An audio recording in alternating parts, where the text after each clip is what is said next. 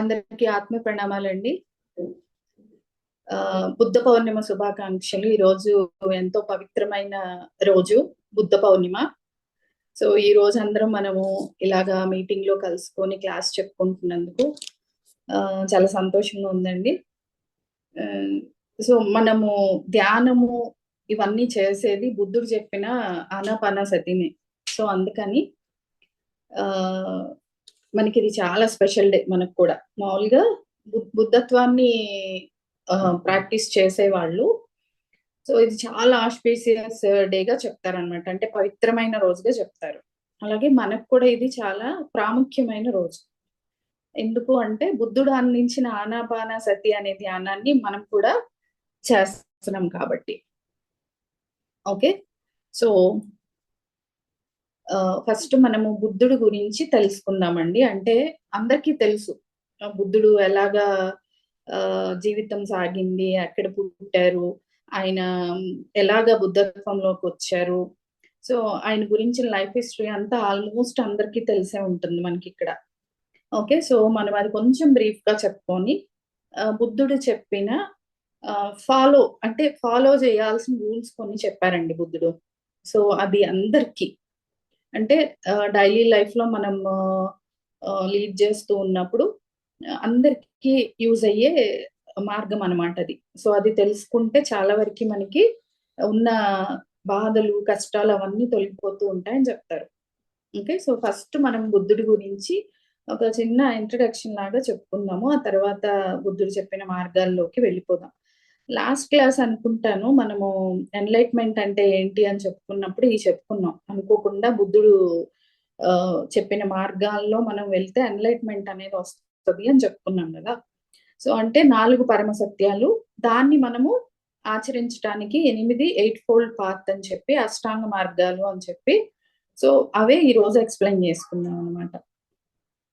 Okay అండి, so బుద్ధుడు అంటే మనము జనరల్ గా ఇక్కడ ఏమని చెప్తారు అంటే విష్ణుమూర్తి 9వ అవతారంగా బుద్ధుడిని చెప్తారండి. సో మనకి విష్ణుమూర్తి 9వ అవతారం కన్నా 8 అవతారాలు అయిపోయిన తర్వాత 9వ అవతారం కింద బుద్ధుడు జన్మించారు అని చెప్తారు. సో బుద్ధుడు అసలు పేరు వచ్చేసి సిద్ధార్థ గౌతముడు అని చెప్తాం కదా. సో గౌతముడు అని ఎందుకు వచ్చింది అంటే ఆయన్ని ఎవరైతే పెంచారో ఆవిడ పేరు పెంచిన తల్లి పేరు గౌతమి అన్నమాట. సో అందుకని ఆయనకి సిద్ధార్థ గౌతముడు అనే పేరు. ఆయన ఒక రాజకుమారుడు. ఓకే, సో తల్లి పేరు ఏంటి అంటే మహామాయ, తండ్రి పేరు శుద్ధోధన. ఓకే, సో ఆయన లుంబిని అనే ప్లేస్ లో జన్మించారండి. సో అంటే ఇప్పుడు దాన్ని మనం నేపాల్ అని చెప్తున్నాం కదా. సో ఆ ప్లేస్ అన్నమాట ఆయన జన్మించిన ప్లేస్. 2500 సంవత్సరాల క్రితం ఆయన జన్మ తీసుకున్నారు అక్కడ ఆ ప్లేస్ లో. ఓకే, అలాగే జ్ఞానోదయం పొందిన ప్లేస్. బుద్ధుడు అంటేనే మనకి ఎన్లైట్మెంట్, జ్ఞానోదయం అని చెప్తాము. ఆ ఎన్లైట్మెంట్ పొందిన ప్లేస్ ఏంటి అంటే బుద్ధగయలో ఆయన ఎన్లైట్మెంట్ అంటే బోధి వృక్షం కింద ఆయన మెడిటేట్ చేస్తూ ఉన్న టైంలో జ్ఞానోదయం అయింది అని చెప్పుకుంటాం కదా. సో అది బుద్ధగయగా చెప్తాము. అలాగే మహాపరినిర్వాణం చెందింది కుషీనగర్ అని చెప్తారు. మహాపరినిర్వాణం అంటే మనము జనరల్ గా బాడీ వెకేట్ చేయటం అని చెప్తాం కదా. సో ఇలా ఎన్లైట్మెంట్ అయిన మాస్టర్స్ ని మనము బాడీ వెకేట్ చేశారు అని అలా నార్మల్ గా చెప్పరు అనమాట. దానికి ఒక మంచి వర్డ్ యూజ్ చేస్తారు. ఏంటి అంటే మహాపరినిర్వాణం చెందింది ఆయన కుషీనగర్ అనే ప్లేస్ లో at the age of 80 years అప్పుడు ఆయన మహాపరినిర్వాణం చెందారు అని చెప్తారు అనమాట. ఓకే, సో ఆయనకి 16వ ఏట వివాహం అయింది. మ్యారేజ్ అనేది 16 ఏళ్ళకే చేసేసారు. సో ఆ తర్వాత ఆయన పుట్టినప్పుడే కొంతమంది చూసి ఆస్ట్రాలజర్స్ చూసి ఈయన సన్యాసి అయ్యే ఛాన్స్ ఉందని వాళ్ళ నాన్నగారికి శుద్ధోధన్ రాజు గారికి చెప్పినందువలన ఆయన ఆ రాజమహల్ నుంచి బయటికి రాకుండా, బుద్ధుడికి అసలు ఏమీ తెలియకుండా, ప్రపంచంలో బాధ శోకము ఇలాంటివి ఏమీ తెలియకుండా పెంచారు. కానీ ఒక రోజు ఆయన మొత్తం తెలుసుకున్నారు.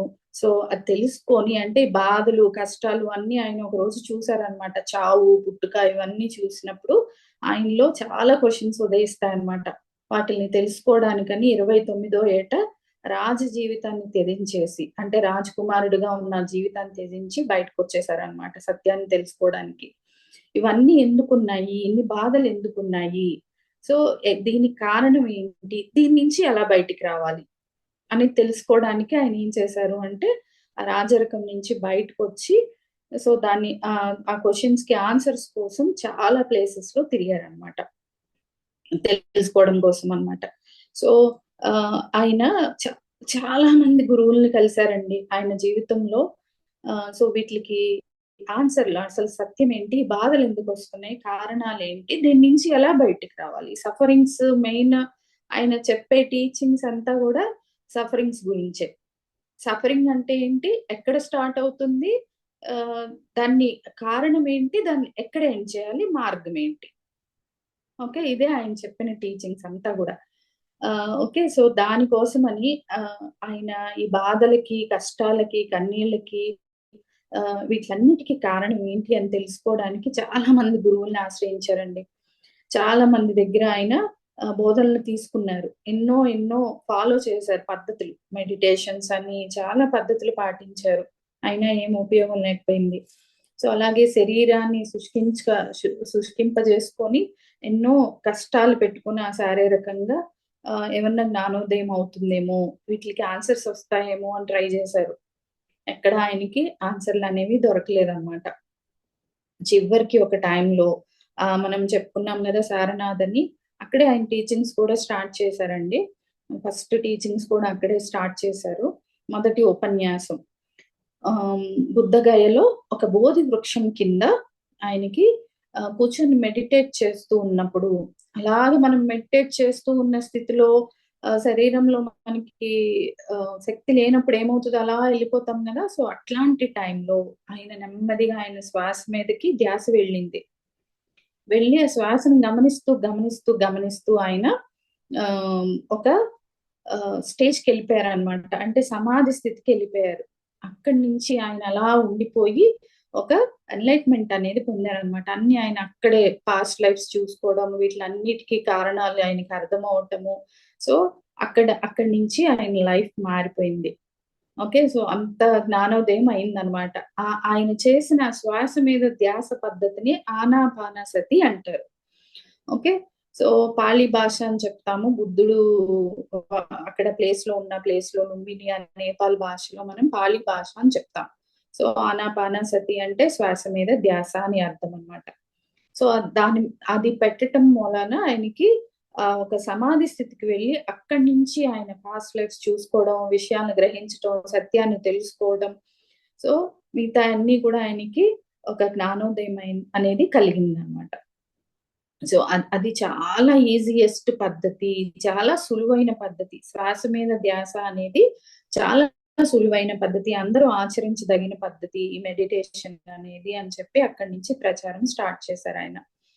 ఓకే. బుద్ధుడు ఆహ్, ఎప్పుడు ఆయనకి జ్ఞానోదయం కలిగిందంటే 29వ ఏటన బయటకొచ్చేసారు గదండీ! 35వ ఏట జ్ఞానోదయం అనేది పొందారాయన. 35 ఏళ్లకి ఆయన జ్ఞానోదయం వచ్చిందనమాట. ఈ మధ్యలో గ్యాప్ అంతా చాలా తిరిగారనమాట. తిరిగి తెలుసుకుంటానికి ట్రై చేశారు. గురువుల్ని ఆశ్రయించారు. సో, చివరికి 35వ ఏట ఆయనకి జ్ఞానోదయం అనేది జరిగింది. సో, ఒక రావి చెట్టు కింద అంటే బోధి వృక్షం కింద ఆయన ధ్యానంలో ఒక 49 రోజులు దాని కిందే కూర్చున్నారండి. కూర్చొని ధ్యానం చేస్తూ, చేస్తూ ఉన్నప్పుడు 49 రోజులకి ఆయన సమాధి స్థితికి అనేది చేరుకున్నారు. అప్పుడు ఆయనకి జ్ఞానోదయం కలిగిందనమాట. సో, ఇప్పుడు ఆయన చాలా మంది గురువుల దగ్గరికి వెళ్లారు కదండీ! ఆహ్, అస్ సో, ఏ గురువు కూడా మనల్ని జ్ఞానోదయం అనేది ఇవ్వలేరు. మనకి మనమే తెలుసుకోవాలి. సో, శరీరాన్ని కష్టపెట్టటం వల్ల గాని, సో, ఇతర వ్యక్తుల వల్ల గాని, గురువుల వల్ల గాని మనకి జ్ఞానోదయం కలగదు.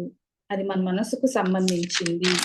సో, అది మనకంతట మనకే జరగాలి అనేది ఆయన కనిపెట్టారనమాట. ఓకే. సో, మన పత్రి సార్ గూడా అదే చెప్తారు గదా మనకి. ఏమని చెప్తారు? సో, మీ శ్వాసే మీ గురువు. నేను అసలు మీకు గురువునే కాదు. ఎవరు ఎవరికి గురువులు కాజాలరు. జస్ట్ మార్గం చూపిస్తారు. మీది మీరే చేసుకోవాలి. అంటే మీ జ్ఞానోదయం మీరే పొందాలి అని చెప్తారు గదా! సో, అలాగే బుద్ధుడు చెప్పిందే అన్నమాట సార్ కూడా చెప్పింది. సో అలాగా ఆయన జ్ఞానోదయం అనేది పొందారనమాట. ఏ గురువుల నుంచి కానీ, ఏ ఆహ్, శారీరకంగా కష్టపెట్టుకోవడం వల్ల గాని ఇలాంటి జ్ఞానోదయాలనేవి ఆహ్, ప జరగవు అనేది ఆయన తెలుసుకున్నారనమాట. సో సిద్ధార్థుడు జ్ఞానోదయం అయిన తర్వాత కూడా బుద్ధుడిని సిద్ధార్థుడనే పిలిచారండి. సో ఎప్పుడు ఆయన బుద్ధుడు అయ్యారు అంటే ఆయన తెలుసుకున్నారు కదా! తెలుసుకున్న దాన్ని టీచింగ్స్ ఎప్పుడైతే స్టార్ట్ చేశారో, ఎదుటి వాళ్ళకి చెప్పడానికి ట్రై చేశారో, చెప్తూ ఉన్నారో, అప్పుడు బుద్ధుడయ్యారనమాట. అప్పుడు బుద్ధుడు అని పిలిసారు ఆయన్ని. అంటే మన పత్రి సార్ కూడా చెప్తూ ఉంటారు గదా! సో మనందరం బుద్ధులం. అంటే మనకు తెలిసిన దాన్ని పక్కన వాళ్ళకి చెప్పడాన్ని బుద్ధత్వం అంటారు.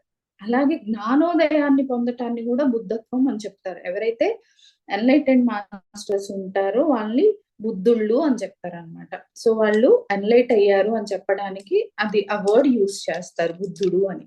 ఓకే. సో ఇది అండి బుద్ధుడి గురించిన ఇంట్రడక్షను. సో ఇప్పుడు ఆయన ఏం చేశారు అంటే, సో అంటే కొన్ని 4 సత్యాల్ని కనిపెట్టారు. ఆ 4 సత్యాల్ని మనం జీవితంలో పాటిస్తూ వెళ్తే ఇది ఇలా ఉంటుంది. ఈ సత్యం ఇది అని మనం తెలుసుకుంటూ వెళ్ళి, ఆయన చెప్పిన 8 అష్టాంగ మార్గాల్ని, ఎయిట్ ఫోల్డ్ పాత్‌ని మనం గాని అందరం పాటిస్తూ ఉన్నప్పుడు ఆ ఎన్‌లైట్‌మెంట్ వైపుకి వెళ్తాము. ఈ దుఃఖాల నుంచి, బాధల నుంచి, కష్టాల నుంచి మనం బయటకొస్తాము అని చెప్పారనమాట. సో ఈయన ఎక్కువగా మధ్య మార్గం అనే దాన్ని ఫాలో చేసేవారండి. అంటే ఏది ఎక్స్‌ట్రీమ్స్‌కి ఎళ్ళకూడదు, అప్ వెళ్ళిపోకూడదు. అలాగే ఏది డౌన్‌లోనూ ఉండకూడదు. సో మధ్య మార్గంలో మనం ట్రై చేయాలి. సో అప్పుడే మనకి ఈ ఎన్‌లైట్‌మెంట్ వైపుకి వెళ్ళగలము. ఎక్స్‌ట్రీమ్స్‌కి వెళ్ళిపోయినా మనము దాన్ని సాధించలేమంట. అలాగే మరీ డౌన్ ఫాల్‌లో ఉన్నా, అసలు ప్రయత్నం చేయకపోయినా మనము బుద్ధత్వాన్ని సాధించలేము. సో మధ్య మార్గంలో ఏదైనా మనం సాధించగలము అని చెప్తారనమాట. సో ఇప్పుడు ఈ మన బుద్ధ భగవానుడు ఏం చెప్పారు అంటే, బుద్ధ భగవానుడు అని చెప్తున్నారు చూడండండి. శ్రీకృష్ణ భగవానుడు, అలాగే బుద్ధ భగవానుడు. ఆయనకి అంత గొప్ప పేరొచ్చింది. బుద్ధుడు టీచింగ్ స్టార్ట్ చేసి ఎంతో మందిని ఆయన ఇన్‌ఫ్లూయెన్స్ చేసి, అంటే ఆయన బోధలతో సత్యాన్ని వాళ్ళకి తెలియజెప్పి, సో బుద్ధత్వం ఒక మార్గం అన్నమాట. బుద్ధత్వం అనేది ఒక మార్గం. కానీ చివరికి అదేమైపోయింది అంటే మతంగా మారిపోయింది. సో ఆ మార్గంలోకి తీసుకొచ్చి సత్యాన్ని బోధించి ఎంతో మంది బుద్ధుల్ని తయారు చేశారండి. అందుకే ఆయన బుద్ధ భగవానుడు అయిపోయారనమాట. సో ఈరోజు ఆయన జన్మదినం అని చెప్తాం. అంటే ఈ రోజుకి చాలా విశిష్టత ఉందండి. వైశాఖ మాసము శుక్లపక్షంలో వచ్చే పౌర్ణమి ఈ రోజు. సో ఈ బు ఈ బుద్ధత్వాన్ని ఎవరైతే ఈ మార్గంలో ఉంటారో, ఫాలో చేస్తారో వాళ్ళకి చాలా పవిత్రమైన రోజనమాట. ఏంటి అంటే బుద్ధుడు జన్మించింది ఇదే రోజు. అలాగే జ్ఞానోదయం పొందింది కూడా ఇదే రోజు. అలాగే మహాపరినిర్వాణం చెందింది కూడా ఇదే రోజని చెప్తారు. సో అందుకని చాలా చాలా పవిత్రమైన రోజుగా ఈ బుద్ధ పౌర్ణమిని చూస్తారనమాట. ఓకే. సో చాలా ఎనర్జీస్ కూడా ఉంటాయి ఈ రోజు. మనము బుద్ధుడిని ప్రార్థించి అంటే జ్ఞానోదయం వైపు నడపండి అని చెప్పి ఆయన్ని ప్రార్థించి మనం మెడిటేషన్ చేసినప్పుడు ఆయన ఒక ఎనర్జీస్‌తో మనకు కావాల్సిన మార్గాన్ని ఆయన గైడ్ చేస్తారు అని కూడా నమ్ముతారనమాట. చాలా బుద్ధ దేవాలయాల్లో ఇదే ప్రార్థిస్తారు. సో ఒక దీపం అనేది వెలిగించి ఆయనకి బుద్ధం శరణం గచ్చామి, సంఘం శరణం గచ్చామి, ధమ్మం శరణం గచ్చామి అని ప్రేయర్స్ చేస్తూ ఉంటారనమాట. ఓకే. సో ఈరోజు అంత విశిష్టమైన రోజు కాబట్టి మనము ఆ బుద్ధుడు చెప్పిన టీచింగ్స్ ఏంటి? ఓకే. సో 4 పరమ సత్యాలు. ఆ 4 పరమ సత్యాలని మనము పాటించాలి అంటే మనం ఏ మార్గంలో వెళ్ళాలి అని ఎయిట్ ఫోల్డ్ పాత్ అష్టాంగ మార్గాలన్నమాట. ఈ అష్టాంగ మార్గాలు ఏంటి అనేది ఈరోజు చూద్దామండి. ఓకే. సో ఫస్ట్ సత్యం ఏంటి అంటే గనక దుఃఖం అంతటా ఉంది. ఓకే. Life has sufferings. మన జీవితంలో దుఃఖం అనేది కలిగి ఉంది. మన జీవితము దుఃఖం అనే దాన్ని కలిగి ఉంది. లైఫ్ హాస్ సఫరింగ్స్ అని చెప్తున్నారు. సో అది పరమ సత్యం కింద చెప్తున్నారనమాట. రెండోది ఏంటి అంటే ఈ దుఃఖానికి కారణం తృష్ణ వలన ఏర్పడుతుంది. ఈ దుఃఖానికి కారణం తృష్ణ వలన ఏర్పడుతుంది. సో అంటే ఏంటి? కాజ్ ఆఫ్ సఫరింగ్ అన్నమాట. అంటే ఈ దుఃఖం అనే దానికి కారణం ఏంటి? కారణం ఎక్కడి నుంచి వస్తుంది, కాజ్ ఆఫ్ సఫరింగ్, మనకి దుఃఖం అనేది ఉంది. సో ఆ దుఃఖానికి కారణం ఏంటి, రెండో సత్యం. సో మూడో సత్యం ఏంటి అంటే సఫరింగ్ కెన్ ఎండ్. నాకు ఒక దుఃఖం వచ్చింది, దానికి కారణం ఏంటి అని తెలుసుకోవాలి, తర్వాత దాన్ని ఎండ్ చేయాలి. దానికి ఎండ్ చేయటానికి ఒక మార్గాన్ని చూడాలి. ఈ 4 పరమ సత్యాల కింద ఆయన చెప్తారనమాట. సో ఏంటండి, ఫస్ట్ అంతటా దుఃఖం ఉంది, లైఫ్ హ్యాస్ సఫరింగ్స్, సఫరింగ్స్ అనేవి ఉన్నాయి, అది సత్యము అని నమ్మమంటారనమాట. సో ఆ సత్యానికి కాజ్ ఏంటి అంటే, ఏది సత్యం అని చెప్తున్నాము, లైఫ్ హ్యాస్ సఫరింగ్, దుఃఖం అనేది ఉంది, దానికి కారణం ఏంటో చూడమంటున్నారు. కాజ్ ఆఫ్ సఫరింగ్, కారణం ఏంటో తెలుసుకోమంటున్నారు. ఆ తర్వాత ఏం చేయాలి మూడోది అంటే, ఆ సఫరింగ్ ని ఎండ్ చేయమంటున్నారు. అంటే వచ్చిన బాధని ఎండ్ చేసుకోవాలి మనము, ఆ సఫరింగ్ ని, కష్టాన్ని ఎండ్ చేయాలి. సో దానికి మార్గాన్ని వెతకాలి. 4వ పరమసత్యం కింద దానికి కారణాన్ని మనం వెతికి, మార్గాన్ని వెతికి, ఆ మార్గాన్ని మనం ఫాలో చేయాలన్నమాట. ఓకే, సో ఈ 4 పరమసత్యాలు. సో ఈ 4 పరమసత్యాల్లో మార్గం ఏంటి అంటే అష్టాంగ మార్గం అని చెప్తారు. 4వది కదా మార్గము. సో ఫస్ట్ దుఃఖం ఉంది, దానికి కారణం ఏంటి, కారణం తెలుసుకొని దాన్ని ఎండ్ చేసేసేయండి, క్లోజ్ చేసేసేయండి ఆ దుఃఖాన్ని. దానికోసమని ఒక మార్గాన్ని ఫాలో చేయండి. ఈ 4వది మార్గం ఫాలో చేయటం అనేది అష్టాంగ మార్గం అనమాట, 8 పార్ట్. ఓకే, సో 4 సత్యాలు, 8 మార్గాలు అన్నమాట. దాన్ని క్లోజ్ చేయటానికి ఆ మార్గాలు, మనం ఫాలో చేయటానికి కావలసిన మార్గాలు అన్నమాట. ఓకే అండి, సో ఇప్పుడు ఆ సత్యాలు తెలుసుకున్నాము, దానికి సంబంధించిన మార్గాలు ఏంటో చూద్దాం. ఈ మార్గాలకి వెళ్లే ముందు ఏంటి అంటే, ఫస్ట్ మనము దుఃఖం అనేది ఉంది అని చెప్తున్నాం కదా. సో ఈ దుఃఖానికి కారణం ఏంటి అనేది తెలుసుకోవాలి. ఫస్ట్ దుఃఖం ఉంది అని అందరికీ తెలుసు కదా. సో ఆ దుఃఖానికి కారణం ఏంటి, అసలు ఈ దుఃఖం ఎందుకు వస్తుంది, ఎక్కడి నుంచి స్టార్ట్ అవుతుంది సఫరింగ్ అనేది ఫస్ట్ తెలుసుకోవాలి. సో దానికి 11 సూత్రాలు చెప్తారు ఆయన. ఆ దుఃఖం ఎక్కడి నుంచి వస్తుంది అసలు అనేది తెలుసుకోవడానికి, ఆయన మెడిటేషన్ లో తెలుసుకుంది ఇదేనండి. అంటే తరచి ఆయన ప్రశ్నించుకున్నప్పుడు ఆయనకు సమాధానాలు వచ్చాయన్నమాట ఈ 11 సూత్రాలు. వచ్చిన తర్వాత దుఃఖం ఎక్కడి నుంచి వచ్చిందో ఈ 11 సూత్రాల ద్వారా ఆయన కనిపెట్టారు. తర్వాత ఆ కనిపెట్టిన దుఃఖాన్ని, సఫరింగ్ ని ఎండ్ చేసుకోవడానికి 8 అష్టాంగ మార్గాలు చూపించారనమాట మనకి. ఓకే అండి, సో ప్రతి ఒక్కళ్ళు ఫాలో చేయొచ్చండి. హౌస్ వైఫ్స్ కానీ, జాబ్ చేసే వాళ్ళు కానీ, చదువుకునే వాళ్ళు కానీ, ఓకే, సో వ్యాపారాలు చేసే వాళ్ళు కానీ, సో ఎవరైనా సరే, బిజినెసెస్, సో పెద్ద పెద్ద కార్పొరేట్ కంపెనీస్, ఎవరైనా సరే మనకి ఈ మార్గాలు ఫాలో చేసి మనం మన లైఫ్ లో సక్సెస్ఫుల్ గా వెళ్ళొచ్చు అనమాట. అంటే ఒక సత్య మార్గాన్ని మనం లీడ్ చేయొచ్చు. మనం ఈ ప్రపంచంలో జీవిస్తున్నప్పుడు మనకు కావాల్సింది భౌతికంగా మనం పొందుతూ, అలాగే ఒక మంచి మార్గంలో వెళ్ళటానికి సో ఈ అష్టాంగ మార్గాలు అనేవి మనకు ఉపయోగపడతాయి అన్నమాట. అవేంటి అని తెలుసుకుని అప్లై చేసుకుంటూ వెళ్తే లైఫ్ లో, సో మనం లాస్ట్ క్లాసెస్ లో కూడా చెప్పుకున్నాం కూడా కదా, 4 అగ్రిమెంట్స్ అలాగే ఉంటాయండి ఇవి కూడా. సో ఈ మార్గాల్ని మనం ఫాలో చేస్తూ వెళ్ళాలి. సో ఇప్పుడు ఫస్ట్ మనం ఏం చూద్దాము అంటే, దుఃఖానికి కారణం ఏంటి. సో 11 సూత్రాల ద్వారా ఆయన దుఃఖాన్ని కనిపెట్టారనమాట. సో ఏంటి ఆ 11 సూత్రాలు అనేది ఫస్ట్ చూద్దాం. సో ఫస్ట్ మనకి దుఃఖానికి కారణం 11 చెప్తున్నారు కదా. సో ఫస్ట్ సూత్రం కింద అవిద్య. అవిద్య అంటే ఇగ్నోరెన్స్ అన్నమాట, తెలియనితనం. సో అవిద్య అంటే తెలియనితనము, భ్రాంతి.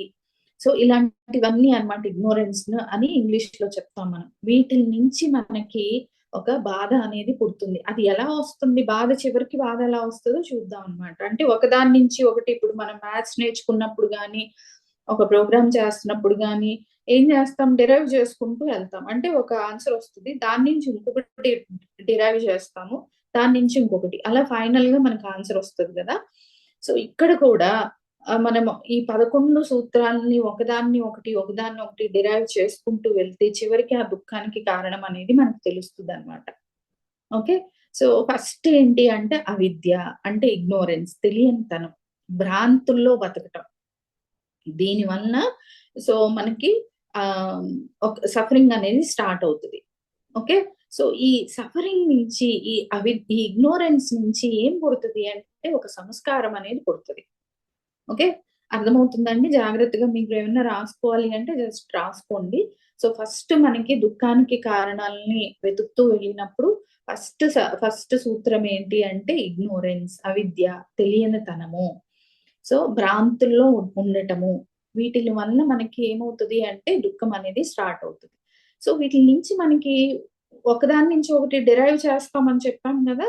సో మ్యాథ్స్ లో ఎలా అయితే డిరైవ్ చేస్తామో ఇక్కడ కూడా అంతే. ఈ అవిద్య వల్ల ఏం పుడుతుంది అంటే ఒక సంస్కారం అనేది డెవలప్ అవుతుంది.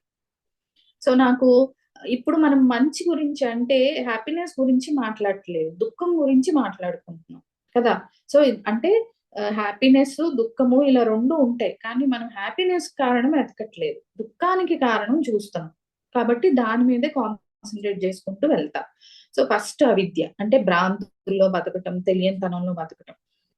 దీని నుంచి ఏమవుతుంది, దానికి సంబంధించిన సంస్కారం అనేది నాలో డెవలప్ అవుతుంది.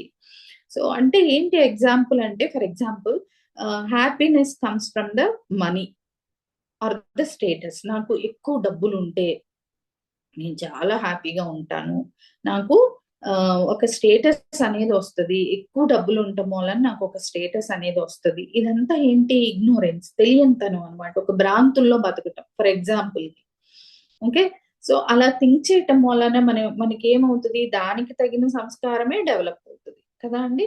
సో ఫస్ట్ అవిద్య నుంచి ఒక సంస్కారం అనేది డెవలప్ అవుతుంది.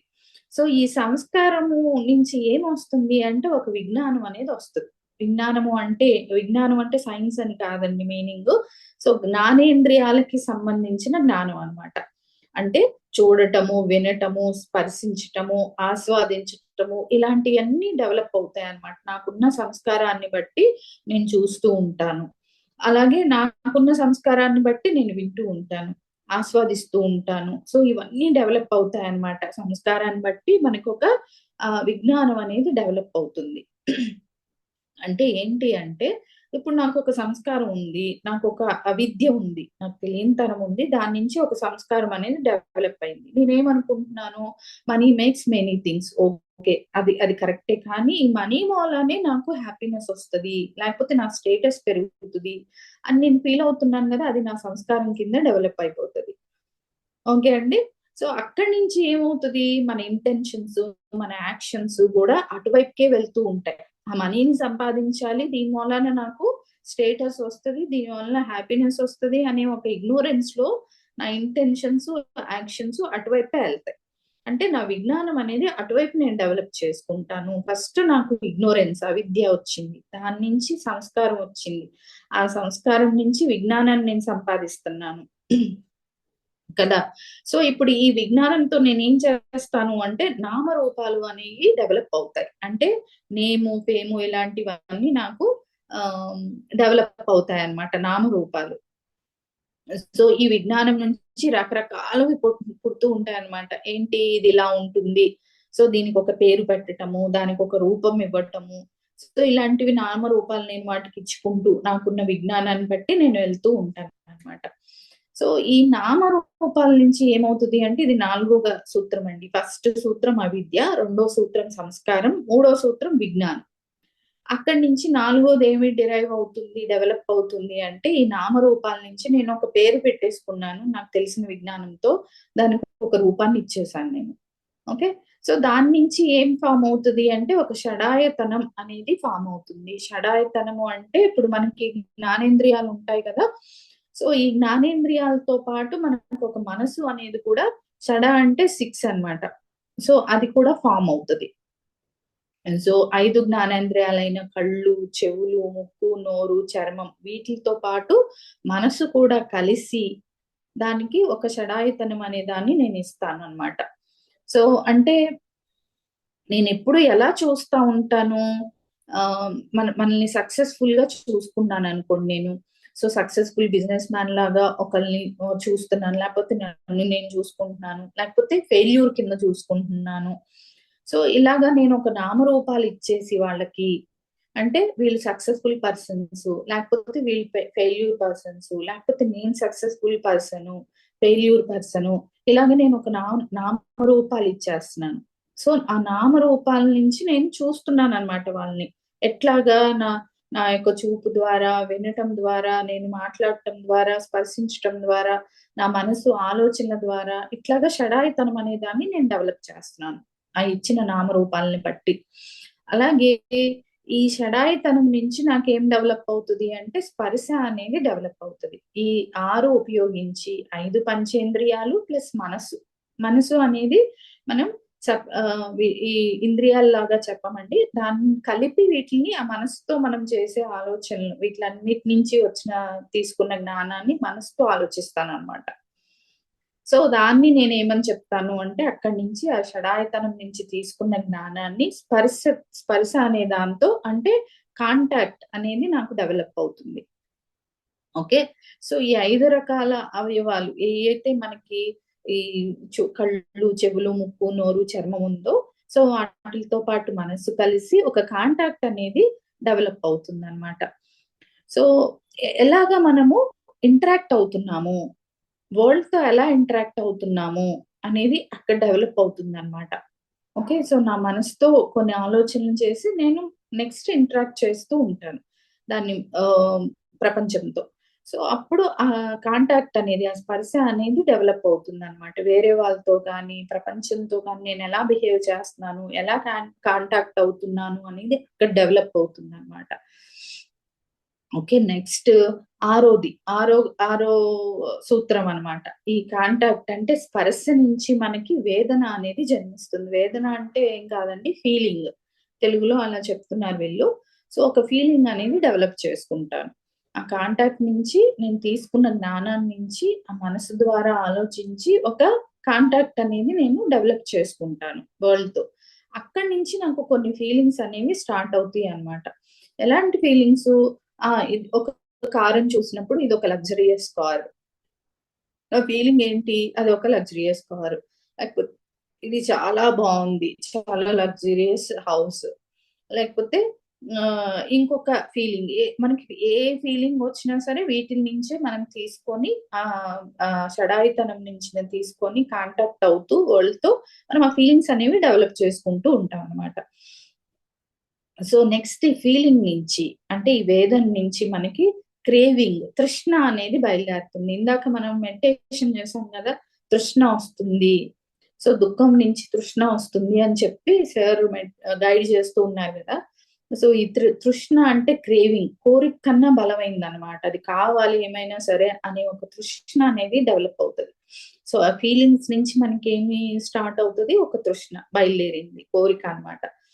సో, ఇదేంటి అంటే మనం ప్లెజర్‌గా ఫీల్ అవ్వటము, చాలా హ్యాపీగా ప్లెజర్‌గా ఫీల్ అవ్వటము, లేకపోతే సాడ్‌గా ఫీల్ అవ్వటము. ఏదైనా మనకి మంచి జరిగినప్పుడు మనల్ని అప్రిషియేట్ చేసినప్పుడు చాలా ప్లెజర్‌గా ఫీల్ అవుతాం. హ్యాపీగా ఫీల్ అవుతాం. లేకపోతే ఎవరైనా మనల్ని విమర్శించినప్పుడు సాడ్‌గా ఫీల్ అవుతూ ఉంటాం. సో, ఇలాంటివన్నీ డెవలప్ అవుతూ ఉంటాయన్నమాట. ఏంటి? ఈ ఫీలింగ్స్ నుంచి మనకి వచ్చే ఈ తృష్ణలన్నమాట క్రేవింగ్స్. ఓకే. సో, నెక్స్ట్ ఎయిత్‌ది ఏంటి అంటే, ఈ క్రేవింగ్ నుంచి, తృష్ణ నుంచి కావాలి నాకేమైనా సరే, లేకపోతే నేనిలాగా ప్లెజర్ ఫీల్ అవ్వాల్సిందే అని దాని నుంచి ఏం డెవలప్ అవుతుంది అంటే, ఒక కోరిక అనేది పుడుతుంది. ఓకే. సో, ఫస్టు తృష్ణ వస్తుంది. దాని నుంచి ఒక కోరిక అనేది పుడుతుందనమాట. సో, అంటే ఇంకా ఈ తృష్ణ ఎక్కువైపోయినప్పుడు మనం ఏదైతే ఫీల్ అవుతున్నామో దానికన్నా మించి కావాలింకా. ఇప్పుడు ఫర్ ఎగ్జాంపుల్ నేను కొంత ధనాన్ని సంపాదిస్తూ ఉన్నాము మనం. సో, దానికన్నా ఇంకా ఎక్కువ కావాలి నాకు. అది ఆగట్లేదనమాట. ఇంకా, ఇంకా, ఇంకా, ఇంకా. అంటే నేను కొంత చదువుకున్నాను. ఇంకా చదువుకోవాలి. ఇంకా నేనేదో సాధించేయాలి. లేకపోతే నేనేదో సంపాదించాను. దానికన్నా ఎక్కువ సంపాదించాలి. లేకపోతే ఎవరో నాకు ఒక 10 మంది ఫ్రెండ్స్ ఉన్నారు. ఇంకా ఎక్కువ మంది ఫ్రెండ్స్ కావాలి. సో, ఇట్లాగా మోర్ మనం అనేవి ఆహ్, ఆహ్, ఫీల్ అవుతూ ఉంటాం అన్నమాట. కావాలి అనే ఒక తృష్ణ బయలుదేరుతూ ఉంటుందన్నమాట. ఓకే. సో, ఇక్కడి నుంచి ఏముంటుంది అంటే, ఈ ఈ తృష్ణ నుంచి ఉపదానం అనేది స్టార్ట్ అవుతుంది. ఈ తృష్ణ నుంచి ఉపదానం. ఉపదానం అంటే ఏంటి అంటే, అటాచ్‌మెంట్ అనేది స్టార్ట్ అవుతుంది. సో, ఇప్పుడు నేను ఒక మంచి ఇల్లు కట్టుకున్నాను. సో, దాని నుంచి ఇంకా మంచి ఇల్లు కట్టుకోవాలి, లేకపోతే నేను బాగా కట్టుకున్నాను దానికి అటాచ్ అయిపోతాను. ఓకే. సో అటాచ్ అయిపోయి, సో దాని నుంచి మనకి ఒక భవానికి అనే దానికి వెళ్ళిపోతాం అనమాట. భవం అంటే ఏంటి అంటే మన ఆలోచనలు, క్రియలు, కోరికలు ఇవన్నీ కూడా సో దాని వైపుకే వెళ్ళిపోతూ ఉంటాయి. సో ఇప్పుడు నేను చాలా ఒకటి సంపాదించాను. ఎక్కడో ఒక సైట్ కొన్నాము. కొన్నప్పుడు ఏం చేస్తాము? అది కొంత పెరిగింది. మనం ఏం చేస్తాము? ఎంతసేపు దాని వైపే ఇంకా పెరుగుతదేమో, ఇంకా అక్కడ డెవలప్‌మెంట్ స్టార్ట్ అవుతదేమో అని ఒక తృష్ణ స్టార్ట్ అవుతది. అక్కడి నుంచి భవం మొదలవుతది. అంటే మన ఆలోచనలు, క్రియలు మన పొద్దున్న లేస్తే పేపర్ చూసుకొని అక్కడ ఎలా ఉంది పరిస్థితి, పెరిగిందా? లేదా? ఇంకా ఏమేమొస్తాయి అక్కడ? అంటే ప్రతీదీ కూడా దానికి సంబంధించిన క్రియలు, ఆలోచనలు, కోరికలే మనకి వస్తూ ఉంటాయన్నమాట. సో, ఇట్లా ఈ భావము ఏదైతే ఉందో అంటే దాని గురించి ఆలోచిస్తూ ఉన్నాము. ఫర్ ఎగ్జాంపుల్ ఒకళ్ళకి పెళ్లి చేసుకున్నాము. పిల్లలయ్యారు. ఆ తర్వాత మళ్ళీ వాళ్ళకి పెళ్ళిళ్ళు చేశాము. వాళ్ళకి పిల్లల్ని చూసాము. సో, నేనేదో కొంత సంపాదించాము. వాళ్ళకిచ్చాము. కాదు. ఇంకా సంపాదించాలి. వాళ్ళ పిల్లలు ఇంకా ఎంతో మంది తినాలి. ఎంతో మంది హ్యాపీగా ఉండాలి. నేను వాళ్ళకి సరిపడా సంపాదించాలి. ఇంత తృష్ణ అన్నమాట. ఈ తృష్ణ వచ్చినప్పుడు మన ఆలోచనలు, మన క్రియలు, కోరికలు అన్నీ కూడా అటువైపే వెళ్ళిపోతూ ఉంటాయి. ఇంక మిగతా ఏం పట్టవన్నమాట మనకి. సో, అట్లాంటివి ఉన్నప్పుడు మనకేమవుతది అంటే దాన్ని భవం అంటారు. ఆ భవం నుంచి మనకి జాతి అనేది ఏర్పడుతుంది. జాతి అంటే ఏం లేదండి బర్త్. మన పుట్టుక అనేది స్టార్ట్ అవుతుంది. ఈ భవం నుంచి, మన కోరికల నుంచి, మన క్రియల నుంచి, మన అస్ మనము ఒక బర్త్ అనేది తీసుకుంటాము. ఓకే. సో, ఇక్కడ మనిషి అనేవాడు ఎక్కడికెళ్ళిపోతాడు అంటే, సో, ఆహ్, ఒక అస్తిత్వ స్థితిలోకి ఎళ్ళిపోతాడనమాట. న్యూ ఐడెంటిటీకెళ్ళిపోతాడు. సో, మనం ఏదైతే అటాచ్ అయిపోతున్నామో దాన్ని మనం చెప్తూ ఉంటాం ఎప్పుడు. నేను పలానా ఫర్ ఎగ్జాంపుల్‌కి ఏదన్నా ఒక రాజకీయ నాయకుడు ఒక పదవిలో ఉన్నారు. సో, ఇంకా పెద్ద పదవి కావాలి. సో, ఇంకా పెద్ద పదవి కావాలి. అలా వెళ్తూ దానికి అటాచ్ అయిపోయి నా కోరికలు, నా ఆలోచనలు, క్రియలు అన్నీ గూడా దాని వైపే పెట్టి, నా ఐడెంటిటీని గూడా దానిలోనే చూసుకుంటాను నేను. ఇంక నా ఐడెంటిటీ, నా సెల్ఫ్ ఏం లేదింక. నా ఐడెంటిటీ అంటే నేను పలానా పొజిషన్‌లో ఉన్న రాజకీయ నాయకురాలిని, నాయకుడిని అలా చూసుకుంటూ ఉంటామనమాట. సో, దీని నుంచే మనకి ఈ అటాచ్‌మెంట్ నుంచే మనకి జాతి అనేది పుడుతుంది. ఈ జాతి నుంచి అంటే న్యూ ఎగ్జిస్టెన్స్ ఒక కొత్త జీవితం అనేది, కొత్త పుట్టుక అనేది స్టార్ట్ అవుతుంది. ఇప్పుడు కొంత ఆలోచించేసారు, కొంత సంపాదించుకున్నారు, ఒక పదవిలో ఉన్నారు. కానీ నాకు దాని మీద మోహం పోలేదు. ఇంకా తృష్ణ పెరిగింది. ఇంకా భవం పెరిగింది. దానికి అటాచ్ అయిపోయాను నేను. సో, నేను ఈ జన్మ చా స స అయిపోయినా సరే, నెక్స్ట్ తీసుకునే బర్త్ కూడా దానికి రిలేటెడ్‌గా ఉంటుంది అని చెప్తున్నారండి ఫైనల్‌గా. అంటే మరణం, అనుతాపం, దుశ్చింత, ఉద్వేగం మొదలైనయన్నీ కూడా మనకి స్టార్ట్ అవుతాయి.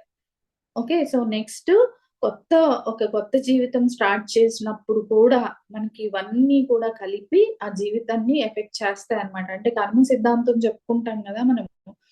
సో, మనం ఏదైతే చేస్తామో, ఏదైతే కోరికలతో ఉంటామో, నెక్స్ట్ జన్మలో గూడా మనకి అలాగే వెళ్తుంది. ఆ లైఫ్ అనేది చెప్పుకుంటాం గదా! సో, ఎంత ప్రాసెస్ అనేది ఉంటదండి. ఓకే. మనకర్థమైందా? ఒక దుఃఖం అనేది ఎక్కడి నుంచి స్టార్ట్ అవుతుందసలు మనకి? ఎక్కడ చెప్పుకున్నాం పాయింటు ఇగ్నోరెన్స్.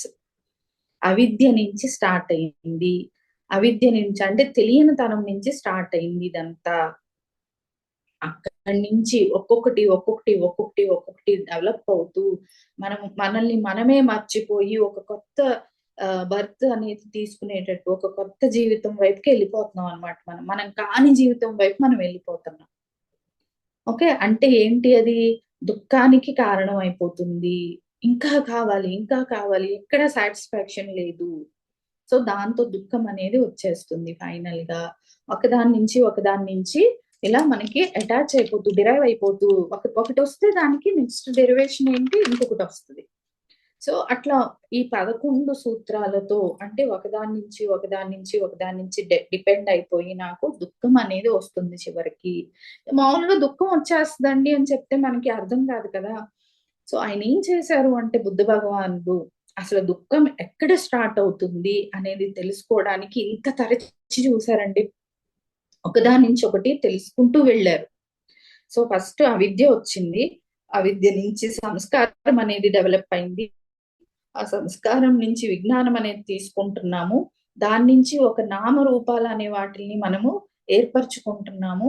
సో అక్కడి నుంచి దానికి షడాయితనాన్ని యాడ్ చేస్తున్నాం. అంటే 5 పంచేంద్రియాలు మనసు కలిపి దాన్ని ఆలోచిస్తూ మనము కాంటాక్ట్ అవుతూ ఉన్నాం ప్రపంచంతో.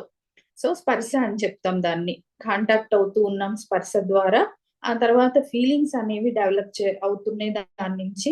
ఆ ఫీలింగ్స్ నుంచి క్రేవింగ్స్, తృష్ణ అనేది స్టార్ట్ అయింది. ఆ తృష్ణ నుంచి భవం అనేది స్టార్ట్ అయింది. అంటే ఏంటి అంటే, మా భవం అంటే ఏం లేదండి, క్రియలు, కోరికలు, మనం చేసే ఆలోచనలు అన్నీ కూడా దానికి రిలేటెడ్ గా వెళ్ళిపోతాయి అన్నమాట. ఆ నెక్స్ట్ ఈ భవం నుంచి బర్త్ అనేది ఏర్పడుతుంది. అంటే పుట్టుక అనేది స్టార్ట్ అవుతుంది. సో ఈ పుట్టుక అనేది ఎక్కడికి తీసుకెళ్తుంది అంటే ఇంకొక కొత్త పుట్టుకకి దారి తీస్తుంది. అర్థమవుతుందా అండి? ఇవన్నీ ఒకదానికొకటి లింక్ అయిపోతూ ఎండ్లెస్ గా అయిపోతున్నాయి అన్నమాట. దుఃఖానికి కారణం అయిపోతుంది ఇదంతా. సో ఎక్కడ స్టార్ట్ అయింది మనకి ఈ దుఃఖం అనేది? ఇగ్నోరెన్స్ దగ్గర స్టార్ట్ అయింది, తెలియని తనం దగ్గర స్టార్ట్ అయ్యింది. సో ఇలా తత్వ విచారణ అంటాం అనమాట దీన్ని. ఒకదాని నుంచి ఒకటి ఆలోచించుకుంటూ వెళ్తే మనకి చివరికి తత్వం బోధపడింది అని చెప్తాం కదా. సో అలాగా దుఃఖానికి కారణం అనేది బోధపడింది అన్నమాట. సో కాబట్టి దుఃఖానికి మూల కారణం ఏమని చెప్తున్నాము అంటే అవిద్య, తెలియనితనము. సో దీన్ని నాశనం చేయాలి అంటే మనం ఏం చెయ్యాలి అంటే, సో ఒక 8 మార్గాలు అనేవి ఈయన మనకి బుద్ధ భగవానుడు చెప్పారండి. అష్టాంగ మార్గాలు 8 ఫోల్డ్ పాత్ అని చెప్తున్నాం కదా. సో ఈ 8 ఫోల్డ్ పాత్ తో మనకి ఆ దుఃఖాన్ని ఎండ్ చేసుకుని ఒక ప్రొసీజర్, మార్గాన్ని అనేది మనకి ఆ బుద్ధ భగవానుడు ఇచ్చారనమాట.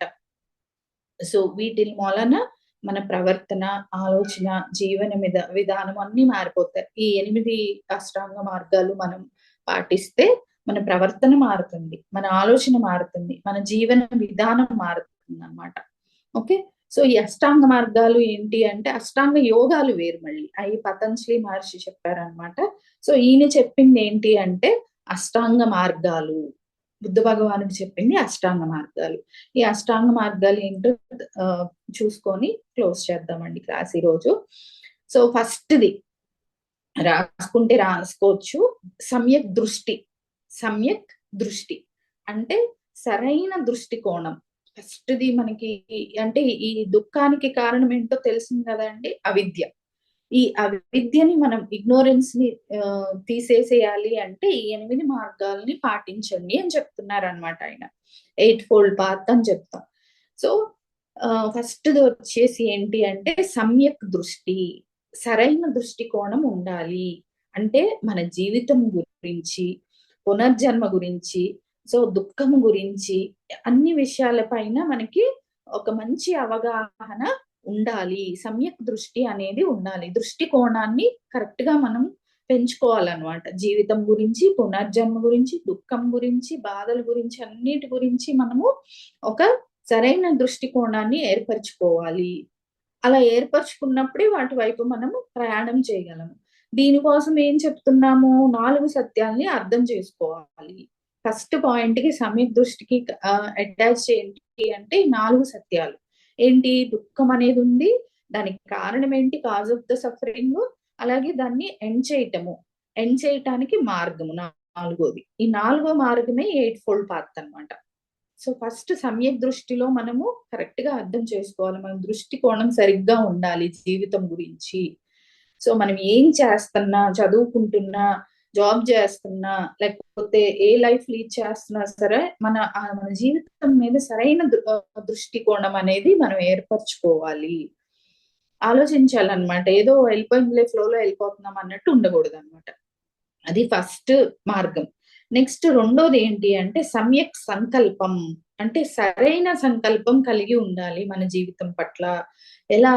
హింస లేకుండా, దురాశ లేకుండా, ప్రేమతో, కరుణతో కూడిన ఆలోచనల్ని కలిగి ఉండాలి. మన సంకల్పాల్లో ఇవే ఉండాలన్నమాట. మనం చేసే ఆలోచనలు ఎలా ఉండాలి? హింస ఉండకూడదు, దురాశ ఉండకూడదు, అలాగే ఏముండాలి? ప్రేమతో, కరుణతో కూడిన ఆలోచనలు కలిగి ఉండాలి. సమ్యక్ సంకల్పం, మన సంకల్పాలు, మనం చేసే ఆలోచనలు ఇలా ఉండాలన్నమాట.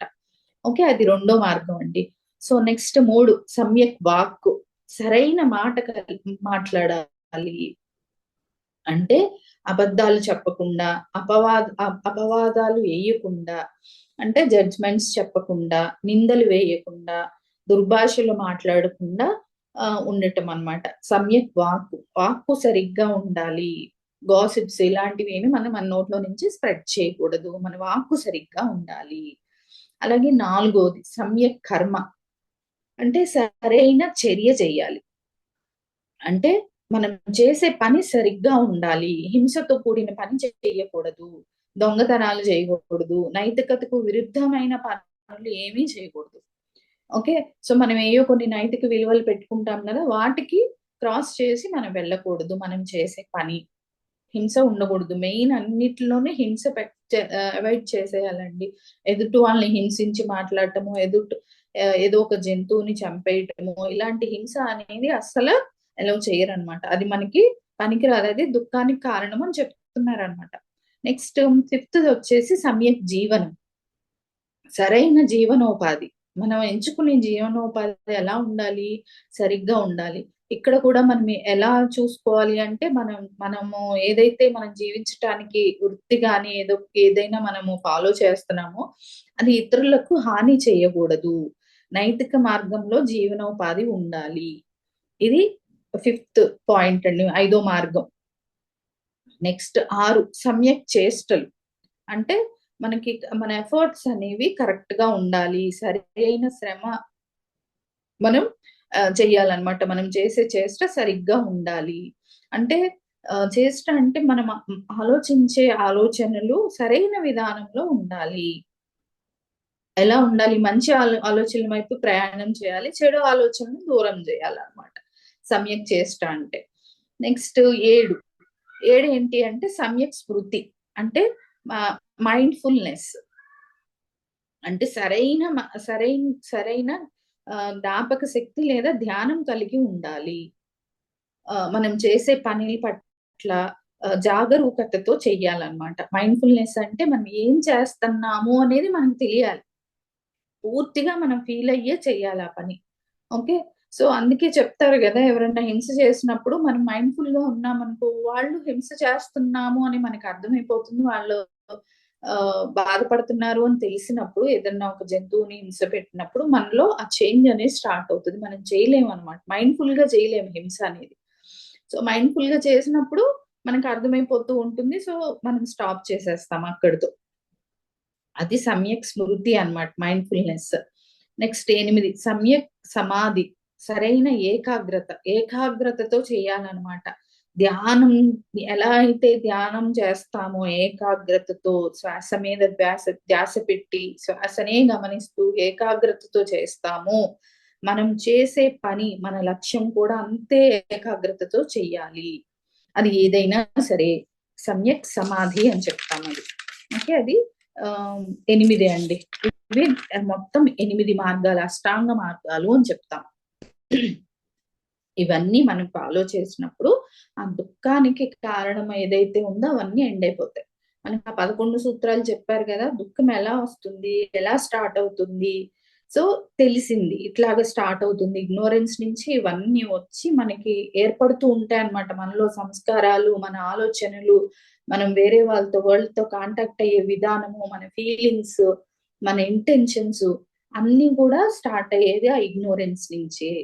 సో, ఆ ఇగ్నోరెన్స్‌ని పోగొడితే మనకి దుఃఖం పోతుంది. అంటే మనకి ఆ ఇగ్నోరెన్స్ ఎక్కడికి తీసుకెళ్తుంది అంటే, నెక్స్ట్ ఇంకొక జన్మ తీసుకోవడానికి, సరైన జన్మ కాదు కూడా.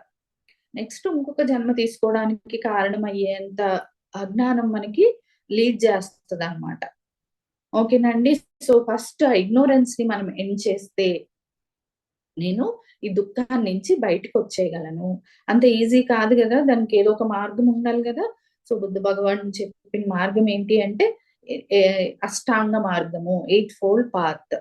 ఓకే. మన దృష్టికోణం సరిగ్గా ఉండాలి. సమ్యక్ దృష్టి, మన సంకల్పాలు, మన ఆలోచనలు కరెక్ట్‌గా ఉండాలి. స స సమ్యక్ సంకల్పం ఉండాలి.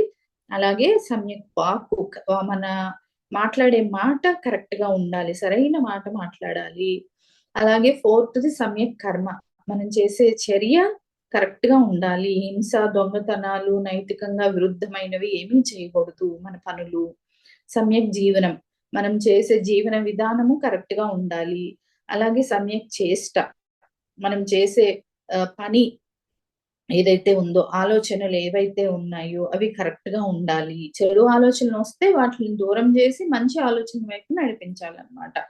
నెక్స్ట్ ఏడోది వచ్చి సమ్యక్ స్మృతి, మైండ్ఫుల్నెస్ గా చేయాలి ఏ పని చేసినా.